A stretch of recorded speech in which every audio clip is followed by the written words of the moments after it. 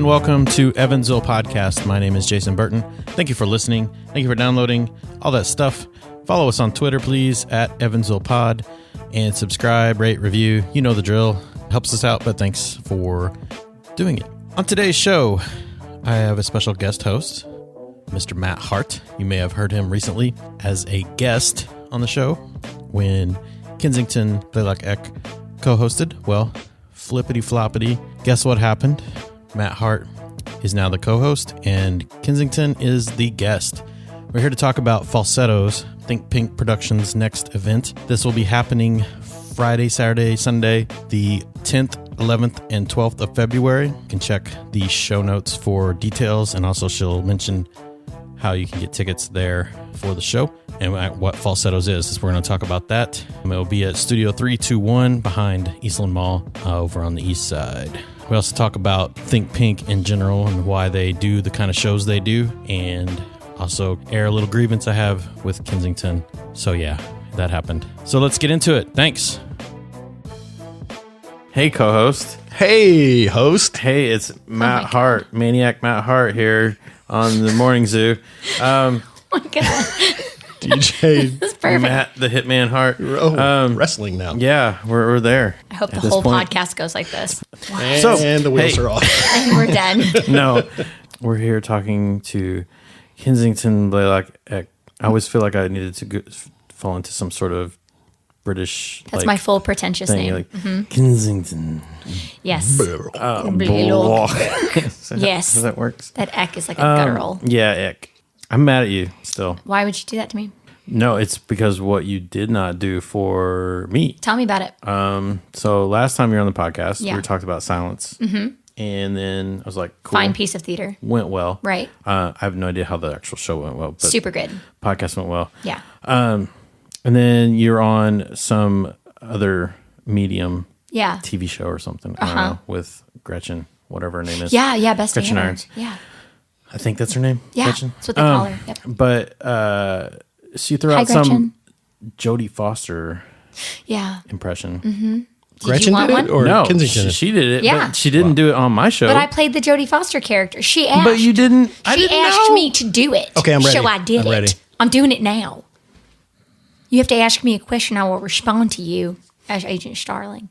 But we will talk about falsettos because that's why we're here. So I just wanted to get that out, though. I was mad, but I'm so over sorry. it. I'm over it now. I am. No, I'm over it. It's I fine. feel like I've been asked a couple times to like record that voice for people, like as an alarm. But what an awful way to wake up! Wake up! It's Agent Starling. Like what a dreadful way. No, but now to that's start on your tape, day. and people can.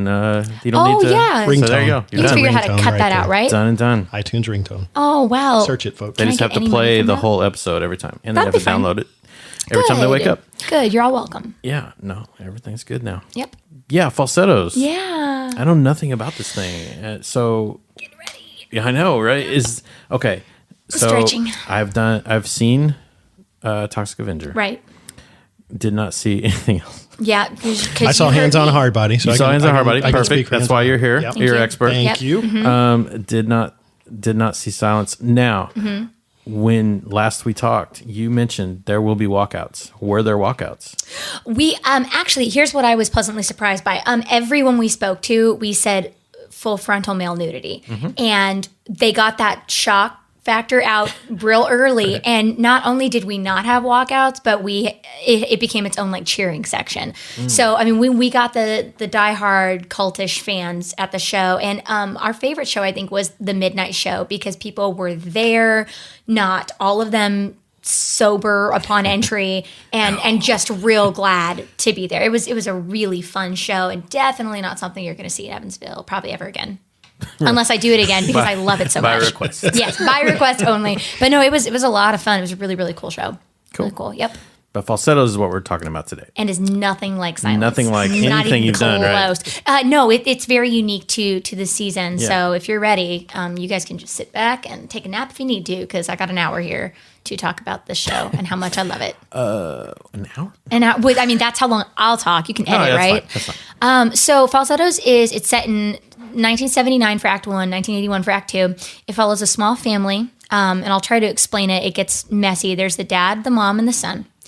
The dad comes out as bisexual and divorces the mom. So the mom and the son are together. The dad has his lover now, and they're going to family therapy. And they see their therapist. The therapist falls in love with the mom. The mom and the therapist get married. So now there's mom, stepdad, and son. There's dad and lover. And then that's Act 1. That's what Act 1 is about. And then Act 2 is the son is turning 13, so he's preparing for his bar mitzvah. The primary themes of the show are really about love and all the different forms that it takes, not only like family love, but how it extends to a lover, the nurturing kind of love, inclusive love, unconditional love. But this is also written at a time when the AIDS epidemic was becoming a thing that people could even talk about without it being totally taboo. And one of the characters in the show has AIDS. And nobody knows what it is. Like you spend a good portion of the show trying to figure out what is wrong with this guy, and then by the time you realize it, I don't want to say that it's too late, but it's become a very important part of the show, and it's really a big plot twist. But it's a very important show for the gay community because here in Evansville we have a ton of theater. There's so many people doing so many different things.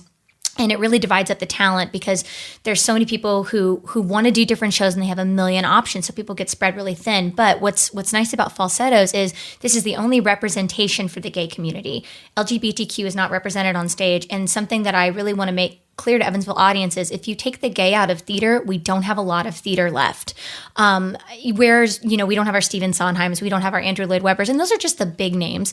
But William Finn wrote the show. He is a proud gay man, and this material is very important because for any of you who haven't listened to Matt Hart's bullying podcast, check it out because you're react to bullying. But this is bullying, especially in the LGBTQ community. It's such a sensitive time in someone's life when they want to come out and they don't know how it's going to be perceived. And we live in a very conservative part of the nation. So you're not only afraid of what your friends will think, but you're terrified of what your parents are going to think. And this show is important because we have our main characters are gay. We have gay men, we have gay women, we have representation of both of those major people. And we really want people to come and see what it's like to be a person on stage, real people, not a sitcom. There's your gay friend and gone. These are real people with very real feelings. And this is my favorite depiction of love because this musical does not paint the picture of the beautiful Oklahoma-esque love where everything is sunshine and roses and beautiful. This is love that is ugly. This is love when you love somebody who has these toxic elements. One of our characters really is a bully. He's emotionally very abusive. But you see these two characters working through this love and how difficult it is to be an adult who is set in your ways and loving this other person. And how do you two clash and how do you get past that in a very tumultuous time? So it's a beautiful show and very important for our community right now. Man, I know. And you said it was written, I mean, that's the 80s, right? Where so it's been on Broadway and all that stuff. Yeah, so this is actually a very unique show. Falsettos. Okay, so let me go back. There's 3 shows. There's In Trousers, there's March of the Falsettos, and Falsetto Land. Okay, these 3 shows were written about the main character, Marvin. He's the dad who comes out as bisexual in the show. They were written as 3 separate things, and then the later 2 shows, March of the Falsettos and Falsetto Land, were combined to create Falsettos. So there's actually like a prequel that we are not doing because it's very abstract. I would love to do it, but it would make for a very long night of theater. I think it's about 3.5 hours altogether, and it's a little bit longer than a lot of people want to sit. But really, if you follow Marvin in the first show and In Trousers, you see him as a child. You see him with his elementary teacher who he clearly has some kind of like school-age crush on. And then with a girlfriend, and then with his wife, who we end up meeting later in March of the Falsettos and Falsetto Land. He's very selfish. He talks a lot about how if he doesn't get his food when he wants it, then he can't be okay. And that seems like a very silly thing, but if you treat him like a person, like we all are, I know I get hangry, and when I am hangry, step back, guys, because I'm not a person you want to have around you. I'm violent. I've got a candy bar. Do you I would eat, honestly, I would eat it. I'm starting to get hangry right now. But he's a real person and not somebody we try to gloss over to make him marketable. He's not a marketable person.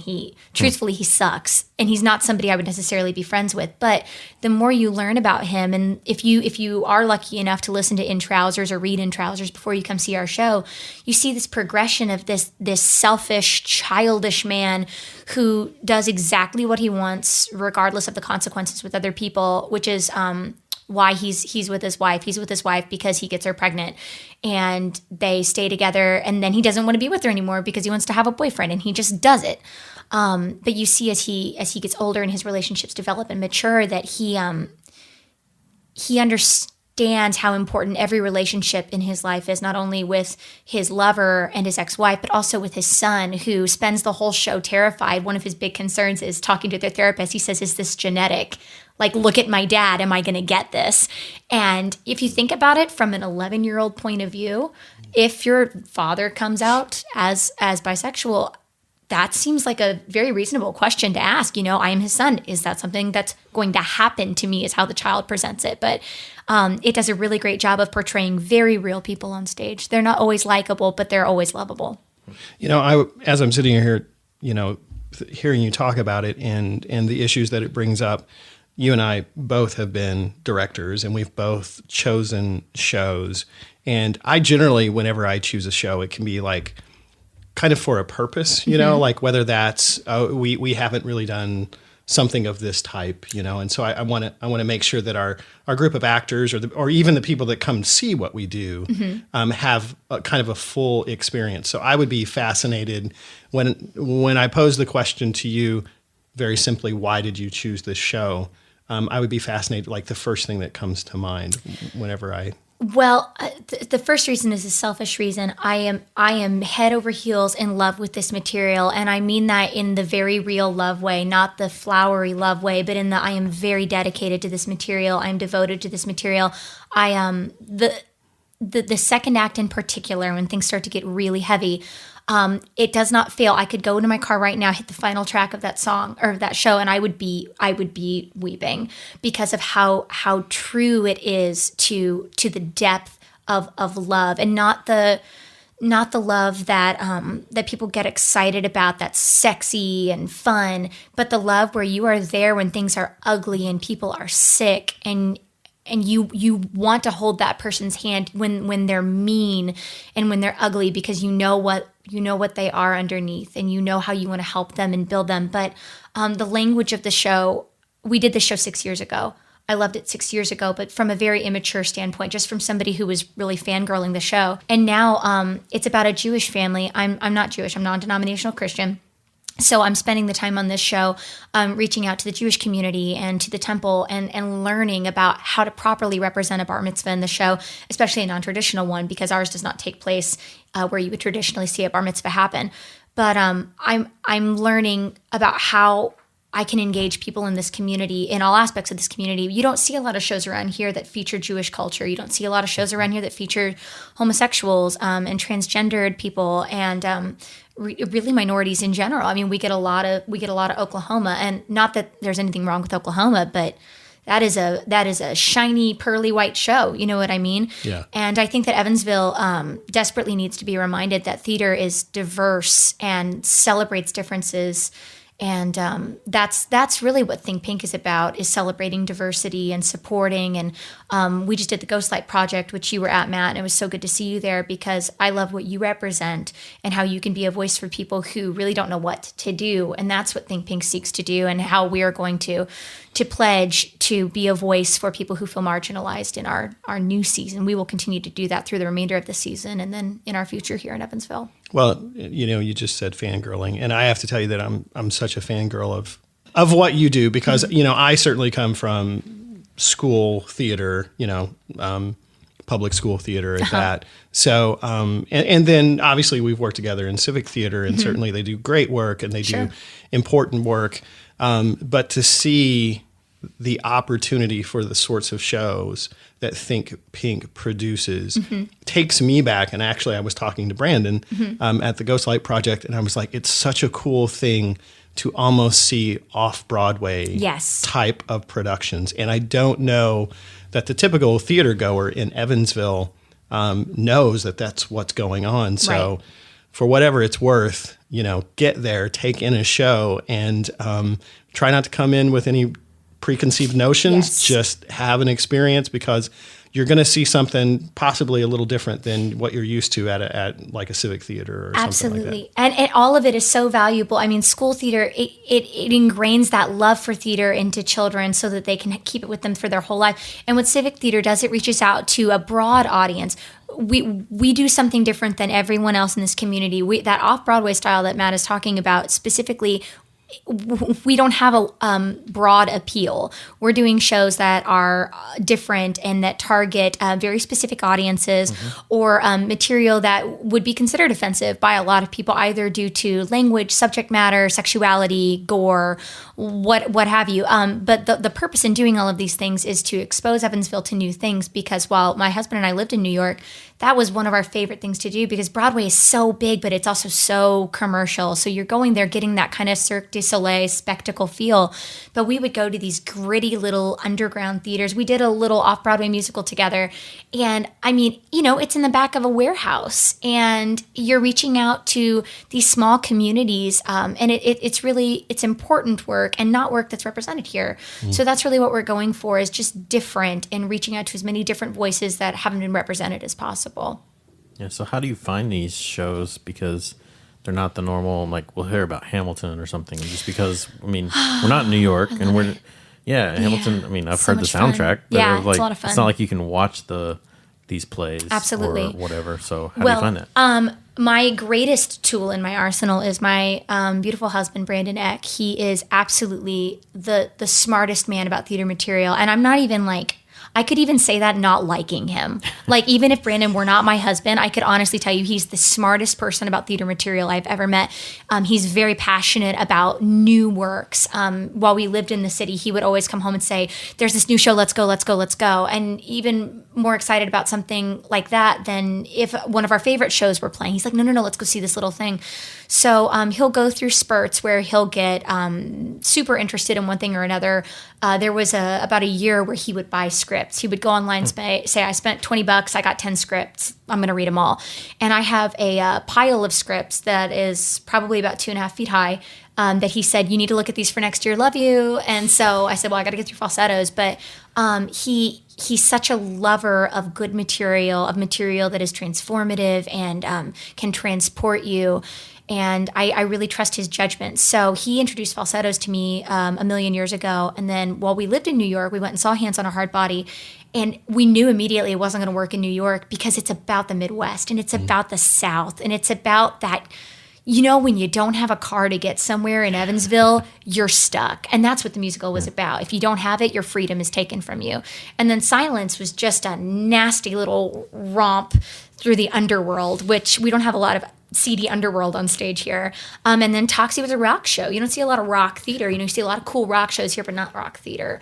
So, Falsettos is our offering to the LGBTQ community, because some of the greatest loves in my life are my lesbians and my gay men, and some of the greatest loves in my daughter's life inevitably are going to be the people who guide her, and we need to be able to be a voice for that community. And then we'll have Titanic, which is a very, very different show, and really all about the beautiful music and the incredible orchestrations, and we'll have live strings for that, but that's at the end of April, and Matt's going to be in it. He said so.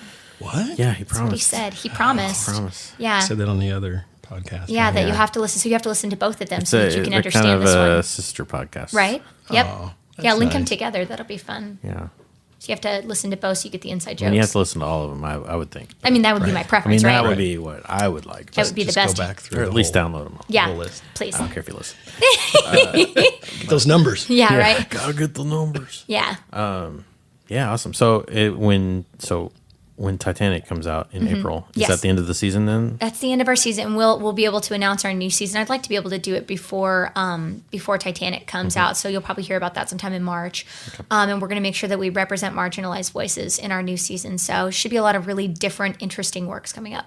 Cool. Yeah. Is there a Big Trouble in Little China musical or play? If there's not now, I'm sure somebody's going to hear it and get right on it. Can we write one? Well, but I'm so tickled though because during the talk scene when you were like, "Oh, I really Heathers," that's a thing though. That's a musical. No, Heathers is a and thing, he didn't and- know that. And that's amazing. totally. We need to do it. I'm very excited about Heathers. Yeah. One day, man. Give me some belty girls and I'm ready. Oh, yeah. Yeah. Jason will get you a wig. And you can He could be my dead See. girl walking. audition. This is, He'd be so good. right. It's underlined Eskimo. It's a lot of cringing. Do you want me to tell you how to come see it? I would absolutely love Want to that. do that? Well, for those of you who, really, this show is for people who love and people and being alive. So if you love any of those things, you should come check it out. It's the weekend leading up to Valentine's Day. So February 10th through the 12th. On that Friday and Saturday, the show's at 7:30. And on that Sunday, it's at 6. We don't do the early matinees because we like to have that kind of evening experience for you. Tickets are $15. You can purchase them by calling me starting February 1st. You can call me at 812-456-8719. You can text me if you want, but I require, Matt's calling right now. I require that you send me funny gifts if you're going to text me before the time. And then we do our shows at Studio 321. That's our home theater for this season. And that's located at 321 North Congress behind Eastland Mall. We can do this on all of them. Before we're done, because she got the fangirl for me, so I'm going to fangirl. No, do that. I want everybody to go see a Think Pink production because the one thing that I will always say about this woman, having worked with her as a fellow actor, and then she was director for To Kill a Mockingbird, Yep. is I describe... Were you in that? Well, it was a bit part. He was off a the tree. side. Yeah. I was the dog way in the distance that got The one that shot. we shot. Yeah, that was me. That's my favorite part. You were wonderful. I Like a will pro. describe this lady as a actor's director because she is so concerned about the experience, the realness for her actors. And so when that happens, your actors are so full into what they're doing. They so are committed and believe in it and feel it that I think maybe the highest compliment I can pay is just to say Kensington's directing, go see it because it's going to be good. Yeah. And really, I hope everybody will have that experience of seeing something kind of off-Broadway, a little different. And who doesn't want to go to like a kind of really different movie every once in a while, yeah. Right. To have a new experience. Something gritty. So it's going to be good. Right. Thank you. You're going to feel something. Yeah. Oh, yeah. You'll feel promise you. something. Absolutely. I might be the one who paints a picture of you riding on a unicorn flying through the take it. sky. Oh, hey, you both smell like unicorns to me. Oh so- my God, guys. Never going to leave the studio. Right. You have to. Thanks again to Kensington for being on the show and for Matt Hart guest hosting. Appreciate it, Matt. You can check out more about Matt at reacttobullying.org and check out his previous podcast appearances as well. There are links in the show notes on evansvillepodcast.com/falsettos. Good job, everybody.